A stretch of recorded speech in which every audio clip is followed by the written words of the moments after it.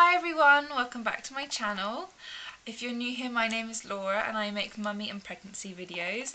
And this is little FloFlo, so you can say hi. Wave, good girl.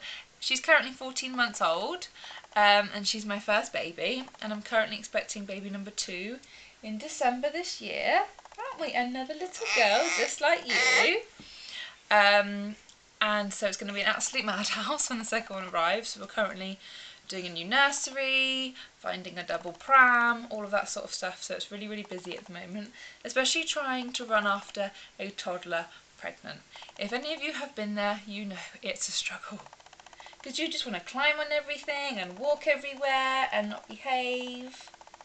I think the terrible twos have already started. Yes. In today's video, it's going to be a slightly different one.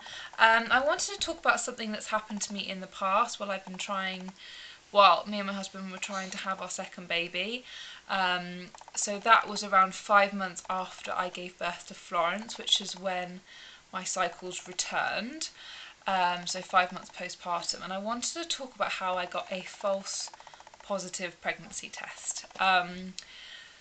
So to give you a bit of backstory, we wanted to have another baby as soon as possible, so they were quite close together, and it took us a fair couple of months to have Florence, so we kind of wanted to start straight away because we didn't know how long it was going to take. We weren't sure if we were going to be able to have another one or anything like that, so we started trying straight away as kind of I knew that my cycles were back, not regular but back. And actually before they returned at 5 months, around 4.5 months postpartum, I was feeling really ill. I hadn't really been tracking anything, but I was feeling the way I felt when I was pregnant with Florence, which was just nauseous and sick. And I wasn't being sick like I was with her, but I was feeling really, really sick, and I was really tired, and it was kind of all of those early pregnancy symptoms. So I thought I was going to take a pregnancy test, which I did, and it came up positive. And it wasn't a strong positive, don't get me wrong. It wasn't like what you are when you're like 2 or 3 weeks pregnant, or what they call 4 or 5 weeks pregnant. It was quite faint, like one of those first, if you're trying to have a baby, one of those first kind of lines that you're like, is it, but it is, but you kind of have to look twice. And I got those for days on end, and they never got any darker, so I was kind of expecting it to be a kind of a chemical pregnancy, but it wasn't, because I didn't end up bleeding or anything like that. It was just going on, and I didn't end up having an actual cycle for another couple of weeks after those tests. And I continued taking them, which cost me a lot of money, by the way, because I was taking first response, which, yeah, they're expensive. Do you know how it's expensive to have a baby? It's expensive. Do you want your bunny? Wow. So yeah, I spent a lot of money on trying to figure out what was going on. And in the end, it turned out that it wasn't a pregnancy test. But when I read up online about why you'd get a positive pregnancy test that was false, it was kind of, nothing came up to do with breastfeeding, because I was breastfeeding at the time. I was like, is that got anything to do with it? And that didn't come up. I wasn't on any fertility meds or anything like that. And I read that the HCG levels in your system should disappear after a couple of weeks after you've given birth. And I reckon that for me, the only explanation for me having a positive pregnancy test was that I still had HCG in my system, and it wasn't just one test, it was like 10 to 15 tests that were positive. So I was really kind of, it really threw me, especially when you're trying to have another baby.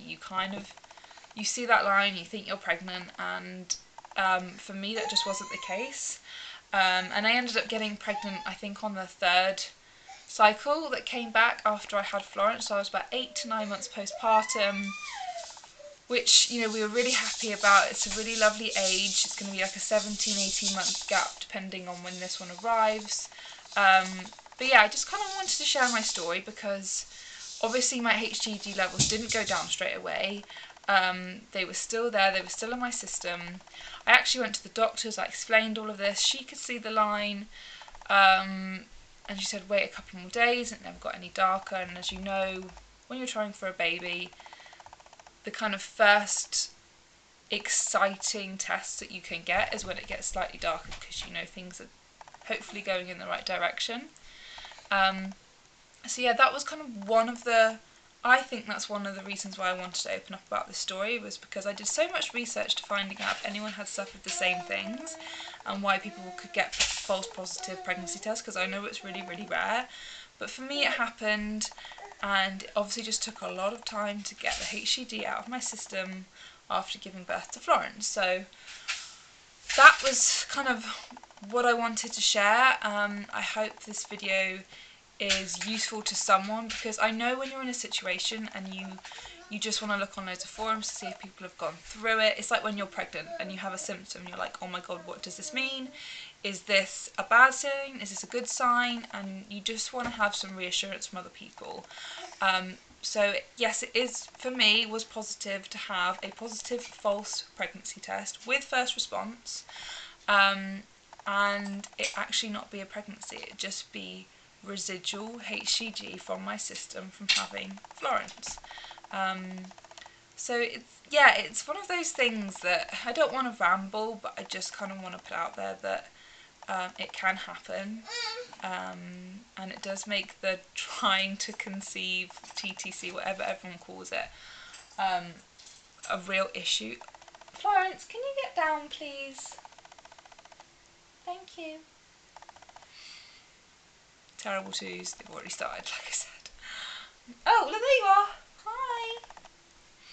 Hi. So yeah, hopefully this video is helpful to someone out there, and hopefully in the future I can talk more about trying to conceive while breastfeeding, because my cycles were all over the place. It didn't go back to the standard 28 days, not that it ever was, but you know, you're taught that that's the way things are. It was definitely not the case for us. And also talk more about having Florence and the journey we went through to have her. It was not an easy one. It was a fairly long process, but it's always reassuring to hear people's experiences on having babies and it taking them a while, just to give you a bit of reassurance that it can happen. So yeah, I hope you all enjoyed this video. Do you want to come say goodbye? Come say goodbye. Want to bring your bubbles? Should you have your bubbles? Come on then. Whee! Say bye-bye. Say bye. Please like this video if you found it helpful, and subscribe if you want to come back and see more mummy and baby videos. Something maybe we'll talk about you next time, because you are just fascinating, aren't you? Wow. Give me a kiss. Thank you so much for watching, and we'll see you all in our next video, won't we? Yeah.